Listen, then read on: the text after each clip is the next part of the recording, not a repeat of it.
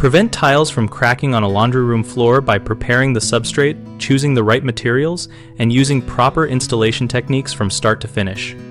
Start by confirming the subfloor is level to within 1/8 of an inch over 10 feet by using a straight edge and a long level, and correct any high or low spots with a self-leveling compound following the manufacturer instructions. Next, install a cement backer board or an uncoupling membrane over the subfloor to provide a stable, rigid surface that reduces movement transfer. Fasten backer board with corrosion-resistant screws and tape joints with thinset mortar, or follow the membrane instructions for adhesion. Select porcelain or vitrified tile for laundry rooms because these tile types have low water absorption and high strength. And choose a tile size that matches the expected deflection limits of the floor framing. Larger tiles need a stiffer substrate to avoid point loading.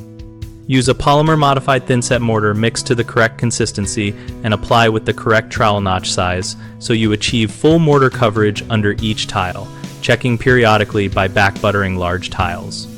Maintain consistent grout joint spacing using durable spacers and consider slightly wider joints on floors that experience temperature swings. Allow grout to cure fully before exposing to heavy loads. When setting appliances, leave access for final adjustment, avoid dragging heavy items across newly installed tile, and allow at least 24 hours before light foot traffic and a full 7 days before moving heavy machines if the mortar and grout manufacturer recommends those intervals.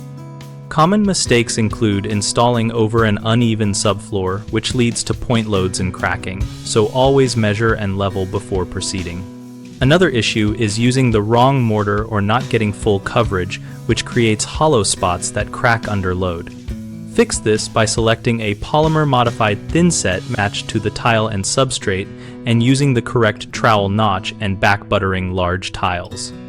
A third frequent problem is inadequate movement joints or too tight grout joints at transitions, which let thermal or framing movement stress tiles. Avoid this by including expansion joints at perimeters and at changes in substrate, and use flexible caulk at walls and appliance bays to isolate the tile field. Our site, bighomeprojects.com, connects homeowners with local contractors and provides project guidance specific to tile flooring, helping homeowners find professionals and contractors find work opportunities.